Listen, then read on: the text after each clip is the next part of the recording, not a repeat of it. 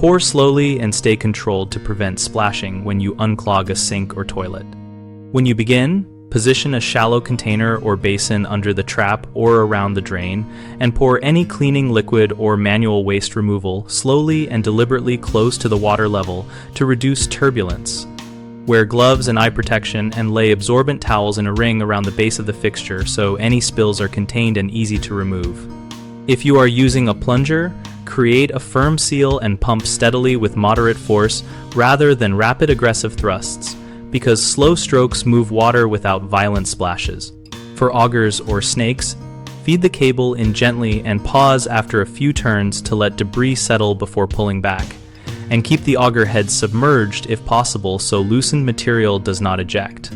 Avoid flushing or running additional water until you are sure the blockage is loosening to prevent sudden backflow or overflow. Keep the surrounding floor clear of pets, children, and anything that could get wet, and have a trash bag nearby for used towels and waste material. Common mistakes include pouring chemicals quickly, which creates splashes and aerosolized droplets. So always pour slowly near the water surface and ventilate the room.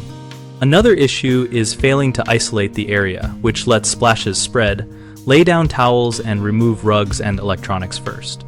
A final mistake is using excessive plunging force that causes overflow and mess. So establish a good seal and use measured, rhythmic strokes instead of rapid pumping. We run bighomeprojects.com to connect homeowners with local contractors and to help contractors find work relevant to home plumbing and maintenance. Our site also hosts a discussion community where we share tips, ask questions, and swap practical advice on clean and safe plumbing practices.